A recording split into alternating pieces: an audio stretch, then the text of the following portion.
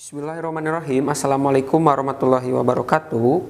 Ya, anak-anak hebat semuanya. Di sini Bapak akan menjelaskan soal matematika kelas 5 SPS halaman 6 latihan yang nomor 1 terlebih dahulu. Nah, di sini contoh soal nomor 1A, yaitu soalnya 1/8 ditambah 3/4. Nah, bagaimana cara menyelesaikan soal seperti ini? Yang pertama kita harus lakukan adalah apabila penyebutnya itu berbeda, maka kita harus menyamakan terlebih dahulu.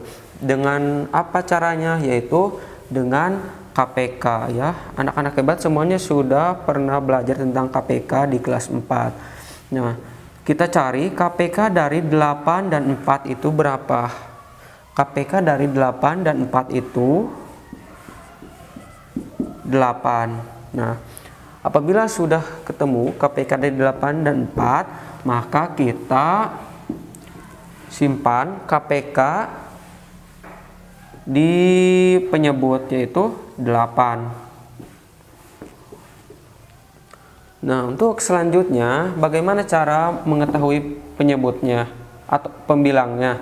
Nah, caranya yaitu bukan menyimpan 1 atau 3 ya, tetapi di sini 8 itu dibagi 8 sama dengan 1. Nah, 1 ini dikali dengan 1 sama dengan hasilnya 1. Lalu kalau yang ini berarti 8 dibagi 4 hasilnya berapa? 2 ya. 2 dikali dengan 3 hasilnya 6. Nah, kalau sudah seperti ini, penyebutnya itu sudah sama, maka kita bisa langsung menjumlahkannya, yaitu 1 ditambah 6 hasilnya 7, dan 8 itu gak usah dijumlahkan ya, karena penyebut langsung disimpan saja. Nah, jadi hasilnya adalah 7/8. Nah, yang selanjutnya yaitu nomor 1E ya. Di sini soalnya 2/3 ditambah 5/6. Nah, caranya yang pertama di sini ada pecahan campuran. Nah, pecahan campuran ini kita harus merubahnya terlebih dahulu ke pecahan biasa. Caranya adalah 1 itu dikali 3 sama dengan 3. 3 ditambah 2 hasilnya 5. Jadi 5/6. Nah, ini cara merubah dari campuran ke pecahan biasa. Lalu yang pecahan biasa ini kita tidak usah merubahnya lagi, langsung saja simpan di sini. Oh maaf, yang ini 5/3 ya, bukan 5/6. Karena ini 3 berarti 5/3. Nah, selanjutnya yaitu apakah kita bisa menjumlahkan langsung? Nah, ingat ya, kalau misalkan penyebutnya berbeda, kita harus samakan dulu dengan KPK. Nah, berapa KPK dari 3 dan 6? KPK dari 3 dan 6 itu adalah 6. Nah, lalu kita ke sini. Tadi KPK-nya berapa? 6 ya. Kita simpan 6 di penyebut. Nah, lalu bagaimana cara mencari pembilangnya? Ingat, 6 dibagi 3 itu hasilnya 2. 2 dikali dengan 5 10. Yang satu lagi 6 dibagi 6 itu 1. 1 dikalikan dengan 5 hasilnya 5. Nah, jadi kalau sudah sama kita bisa langsung menjumlahkannya. 10 ditambah 5 hasilnya 15/6. Nah, apakah ini masih bisa disederhanakan? Nah, yang ini kita masih bisa sederhanakan. Caranya yaitu membagi kedua bilangan tersebut dengan bilangan yang sama. 15 bisa dibagi dengan berapa? Dengan 3, berarti yang 6 juga harus dengan 3. Hasilnya berapa? 15 dibagi dengan 3 hasilnya 5. 6 dibagi 3 hasilnya 2 ya. 6/2. Nah, apakah hasilnya seperti ini? 5/2. Nah, 5/2 ini lalu kita ubah lagi ke bentuk campuran. Bagaimana caranya? Di sini 5/2 itu, nah untuk merubahnya 5 dibagi 2 itu berapa? Tidak bisa. Nah, kalau tidak bisa berarti kita mencarinya 2 dikali berapa yang hasilnya mendekati dengan 5. 2 dikali berapa? 2 dikali 2 hasilnya 4. Nah, 2 dikali 2 hasilnya 4, kita simpan 4. Nah, yang 4 ini 5 dikurangi 4 hasilnya 1. Nah, berarti 1 itu disimpan di pembilang. Yang ini 2. Jadi hasilnya adalah 2, 1/2. Nah, selanjutnya nomor 1G. Soalnya yaitu 1 5/7 ditambah 2 2/3. Nah, caranya kita harus merubah dulu pecahan campuran ini ke pecahan biasa. Caranya yaitu 1 dikali 7 lalu ditambah 5. 1 kali 7, 7 ditambah 5, 12. 12/7. Yang satu lagi 2 dikali 3 ditambah 2. Berarti 2 kali 3, 6 ditambah 2, 8. Ditambah 8/3. Nah, selanjutnya kita mencari dengan menyamakan penyebutnya terlebih dahulu. Penyebut 7 dan 3 melalui KPK. Berarti KPK dari 7 dan 3 berapa? 21. Nah, kalau kita sudah ketemu KPK-nya, lalu kita tulis 21. Nah, KPK.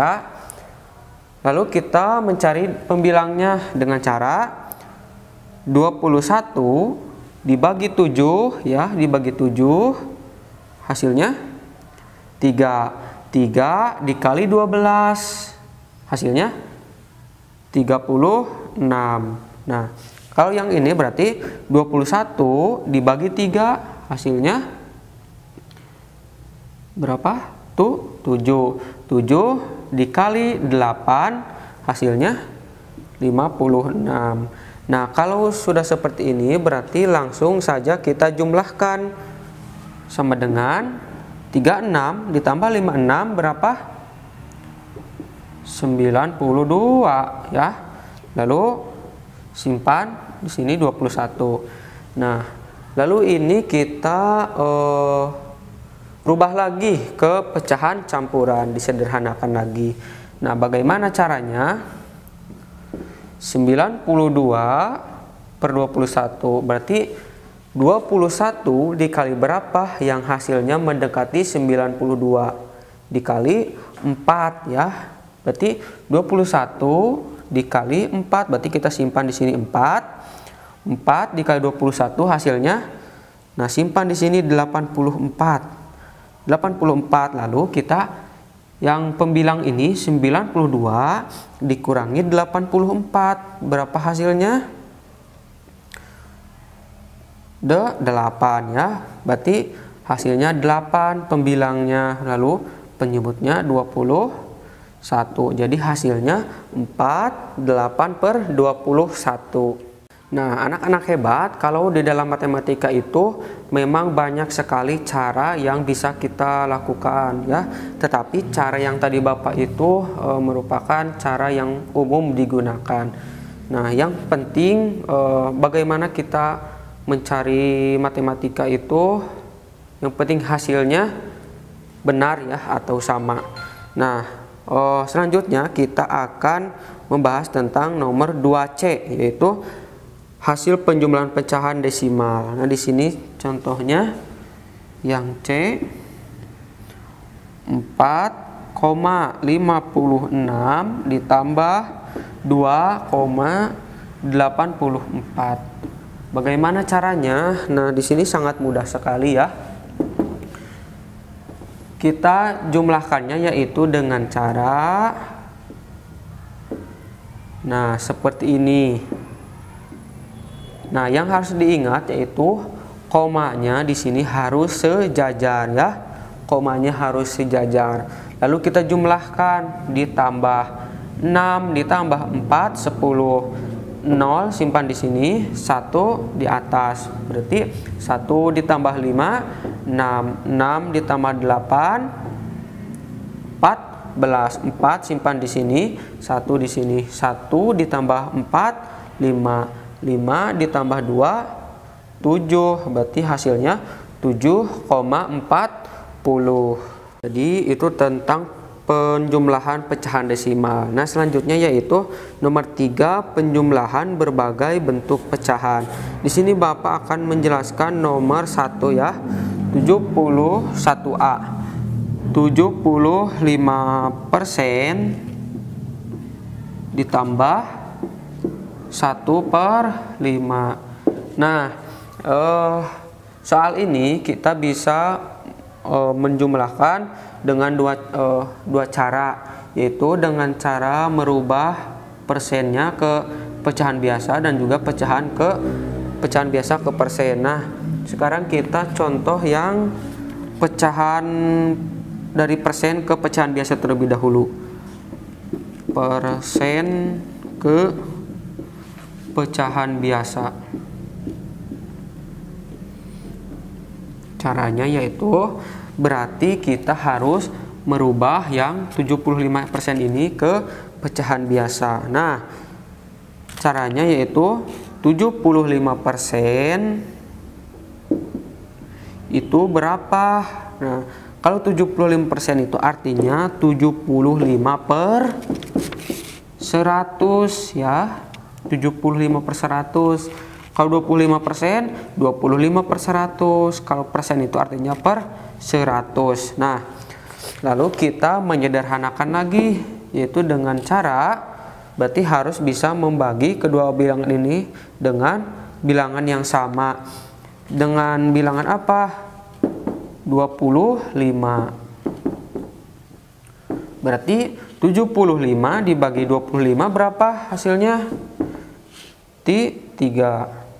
100 dibagi 25 hasilnya 4. Nah, hasilnya adalah 3/4. Ini 75% itu sama dengan 3/4. Lalu kita jumlahkan, berarti 3/4 ditambah 1/5.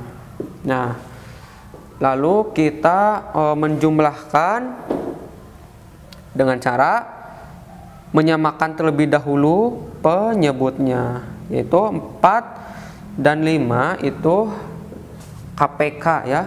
KPK dari 4 dan 5 berapa? 20.